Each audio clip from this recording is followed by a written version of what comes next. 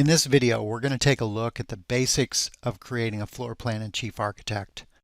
I'll cover the different types of walls used in a floor plan, how to draw the walls, define the ceiling or the wall height, and place dimensions. Dimensions can be created to be view-specific, such as those used for a kitchen plan or for a detailed floor plan. So I'll cover how to do this using layers through the Save Plan views in Chief Architect.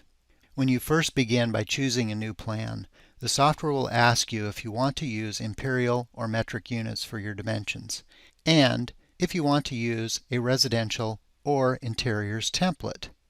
If you accidentally choose the wrong type of template, you can always reset this in your preferences under New Plans. The residential and interior templates are optimized for the type of project you may be working on. They do have similarities, and you can do either type of project in these templates. If you want to learn more about using templates, please see our other videos or our built-in help file. When you start a new plan, you'll have a new untitled plan. It will be set to the working plan view as well as the working layer set. You will also see a referenced grid displayed on your screen. For the purpose of the video, I like to turn that off to reduce the clutter. At the top of the screen, you're going to see the wall tools for the exterior, the interior, the railing walls, and then the curved walls. There are also the tools for the doors, windows, and other architectural tools in the program. For the video, I'm going to create a very simple floor plan. I'll begin by selecting an exterior straight wall, and I'm going to come down and left-click and drag the approximate length that I'm interested in. You may notice a temporary dimension is being displayed as I draw out the wall. I usually use that as an approximate guide. I don't worry about being exact because I'm going to show you how to use the dimension tools and create precise dimensions. My exterior wall is still active. I'm going to left click and drag and come down the side, release my mouse, click and drag, and when I get to the edge, you'll notice a perpendicular alignment snap when it indicates that it's in line with the wall above. I'll go ahead and release my mouse, and then I'll click and drag and complete this. Now when I finish, you're going to notice the dimensions will be automatically placed. This began in version X12 and newer. If you don't have automatic dimensions that get placed, you can select that tool up in your toolbar using the automatic exterior dimensions. Now at this point, I like to press the space bar to get out of the selection mode. Notice that my cursor is a plus sign. I'm just going to press the space bar to return back to a normal selection mode. To set the dimensions for your room, let's go ahead and click on the wall, and then you can drag that until you get the desired dimension. You can drag it either direction and the dimensions will update.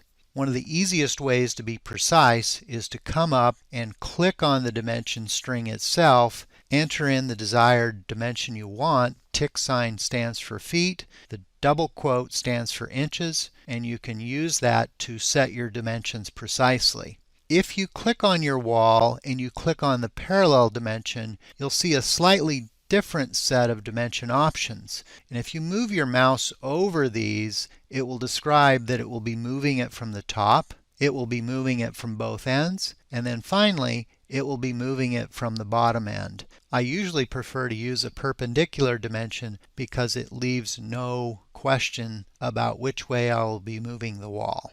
As you create your floor plans and set your dimensions, I usually encourage you to work in a clockwise manner. When you get around to the other side, then your dimensions are consistent and you haven't moved a wall in a direction that would offset as you have begun your process. When you create 4 walls, as I have here, you can click in the middle and a room is formed. You'll notice on my screen I have a gray highlight. That means that a room has formed, and if we take a 3D view, let's go ahead and use our camera tool, one without the ceiling on it, and let's take a look at what we have. You're going to notice that the program automatically puts in default floor colors, baseboard, wall colors. These are coming from the template plan. If you work in an area or design in an area that uses stucco or brick walls, I would encourage you to make those changes in your template plan. That way, every time you start a new design, it has the typical attributes that you begin new projects with. Now in this template plan, the room is set to be a 9-foot ceiling. Let's go ahead and tap by left clicking in the middle of this room, and let's go ahead and open by double clicking and take a look at the room's attributes. Rooms can be named on the general panel. You'll see a drop-down list of available rooms that you can choose from. You can always override the name by typing in a specific name if you don't see that room in the drop-down list. You could also add your own room types and explore that through the help menu if you wanted a custom room type available to you. On the structure panel of the dialog is where you would set the ceiling height. You'll notice a diagram over in this area on the right hand side of the screen, and as you enter in and move your mouse, you'll see these change colors to correspond with the diagram that you're changing. On the ceiling height, in this case I've got a 9-foot ceiling. It's 109 inches and an eighth, and if you want to know where that's coming from, you could basically come down and look at the different dimensions. The finished ceiling at 107 5/8, and if you looked at the ceiling structure and the floor finish, all of those components make up that room structure. If you're an interior designer and you just want to use a finished ceiling height, you could very easily type in 108, 96, 120 and set that as your template plan default, and that way you just have nice round dimensions. If you're a builder and you care about framing and you want to get exact stud lengths, we usually have those dimensions set for you. In these dialogues you can also use math. If you wanted to add 12 inches, you could say plus 12 or minus 12 inside the dialog, and you can actually do dimensions inside of that dialog. Notice that it updates, and when you click OK, you're going to notice that the room height changed, and in some cases you can also set defaults for the base molding and the floor colors depending on the room type that you've set. Let's move back over into the floor plan by clicking on the tab for the 2D view. And when I move back here, you're going to notice that this camera display is my active camera display. You could easily move back between the camera display and the floor plan.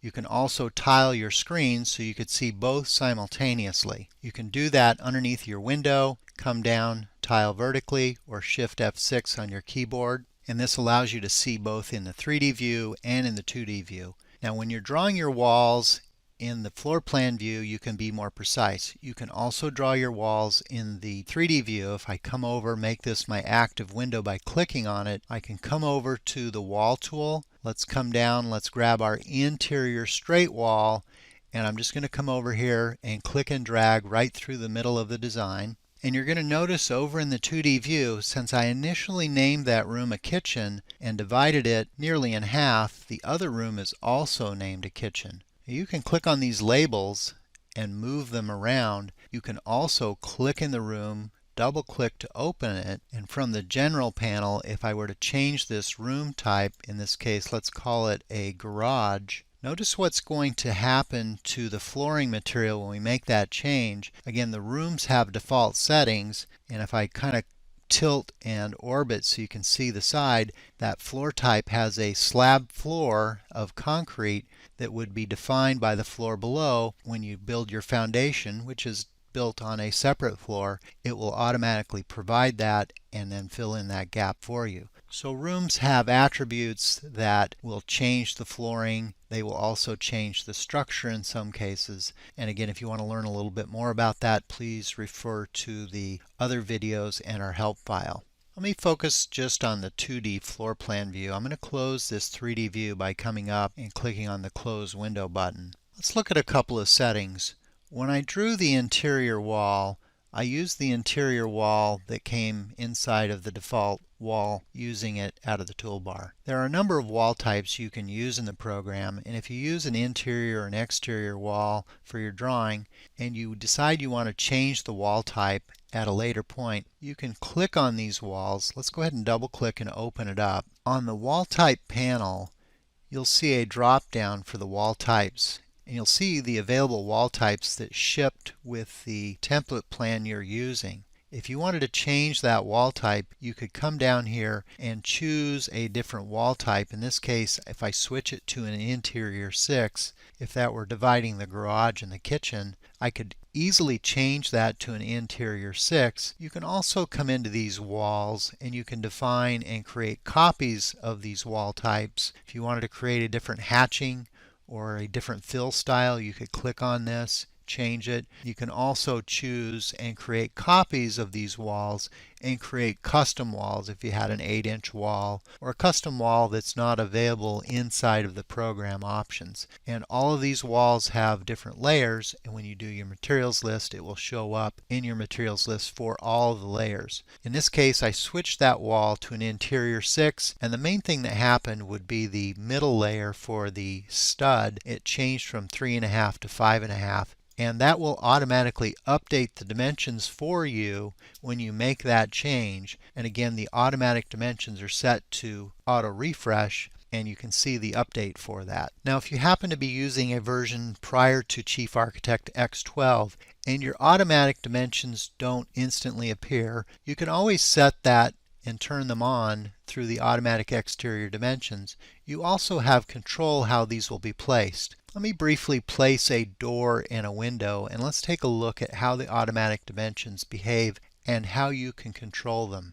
I'm going to use the door tool. I'm going to click and place a door, and I'm going to use a window tool, and I'm going to click and place the window. Now, just like the walls, you can click on these objects, you can resize them, you can tap on the dimension, and then you can enter in a precise dimension if you don't want to slide it down the wall or click and drag it. So make sure the object is highlighted. Move your mouse up to the dimension. You'll see how my cursor changes to a finger. At that point, go ahead and click, and then you can type in the value that you want for that dimension. Now, the way these automatic dimensions have come in is they are actually going to the sides. And if you want to control how the automatic dimensions behave, you can go up to the default settings. Let's go ahead and take a look at this. Move over to the default settings tool, and underneath the dimensions you're going to find a setting for automatic exterior dimensions as well as several other dimension settings. Let's go ahead and take a look at the auto exterior dimensions. You're going to see the option to auto refresh, so I have that turned on. And on locate objects, you can control how you want to locate the objects. Now, right now the dimensions are set to the wall dimension layer. In this case, it's the stud. If you're an interior designer, you may want to switch that to surfaces. And then there's options on how to control your dimensions for the walls and then also for the openings. Right now it's going to the sides. Interior designers, you may want that to go to the casing. You can also change that to maybe go to the centers. And once you've made those changes, since it's on auto refresh, you'll notice that the dimensions automatically updated to apply to those properties we just set. As you're doing your floor plan work, you can change your, say, plan views to different views to control the different layers and the way your dimensions and other things behave. Right now we're in the working plan view. I kind of view this as a temporary workspace, and when I'm actually ready to start creating views that might be set as construction drawing quality, I'll begin to make these changes by selecting the view that I'm interested in.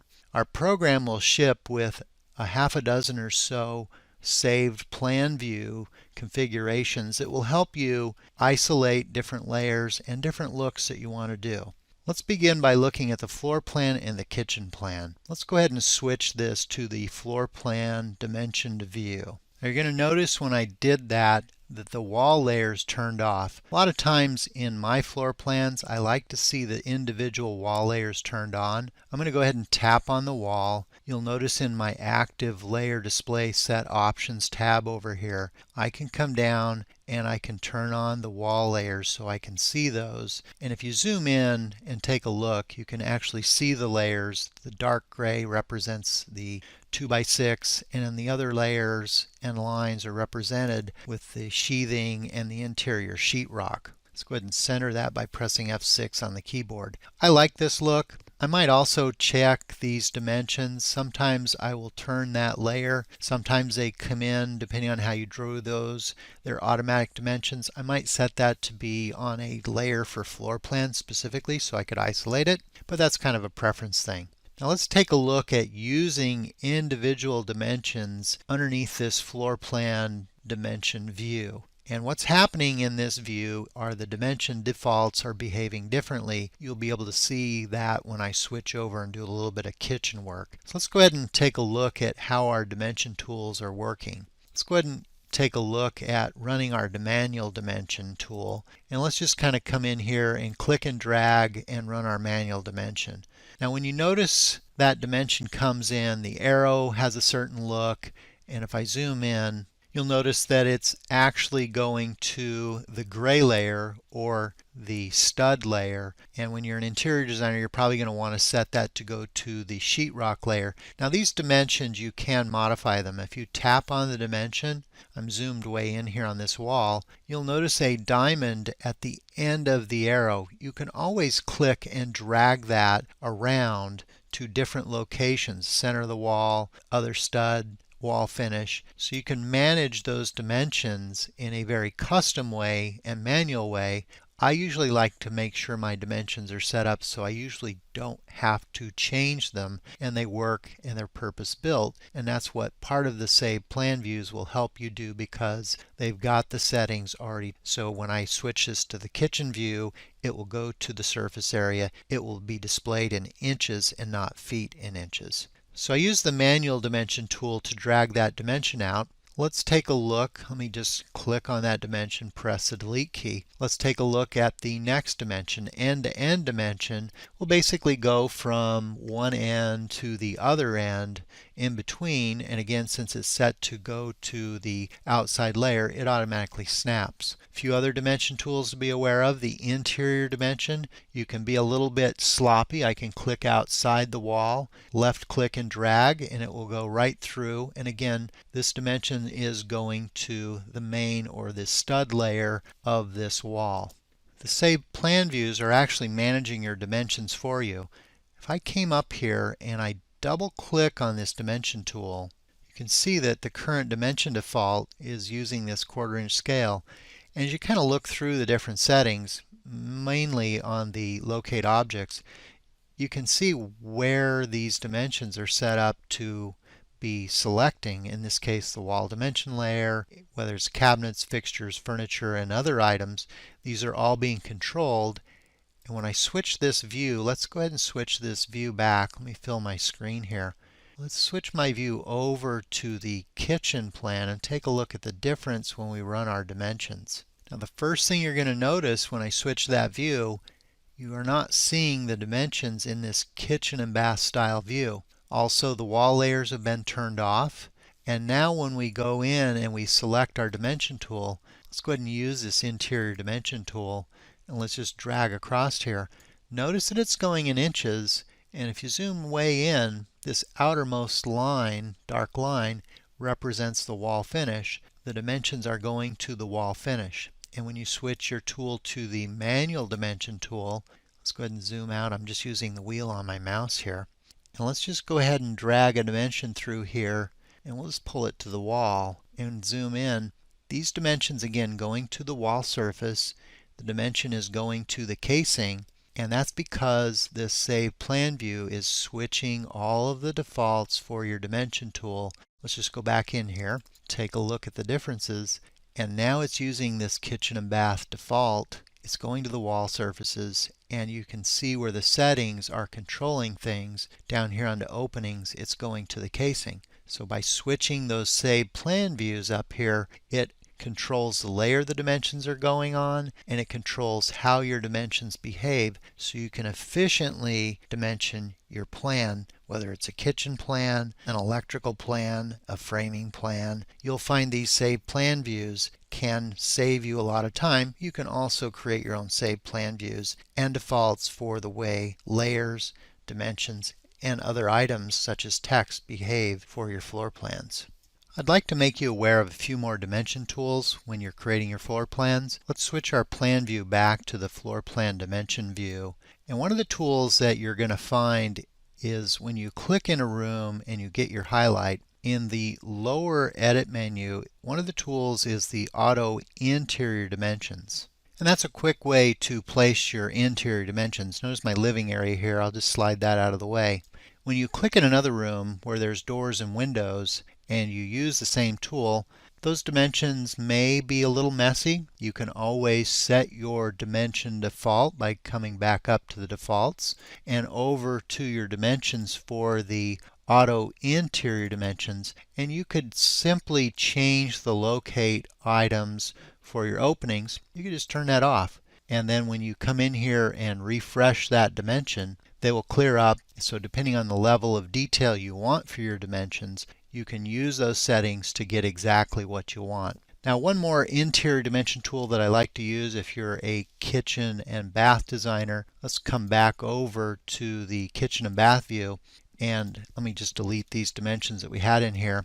I'm going to come over to my library. I'm just going to throw in a sink base so we can see easily how these dimensions are a little bit different. When you click in the room, next to the automatic interior dimensions is an automatic NKBA, stands for National Kitchen and Bath Association dimension. And even though I don't have much detail in that view, when I click on those dimensions, you'll see that the dimensions in this case go on the outside of the wall, but they are to the inside item. So on the top dimension string, that's going to the casing.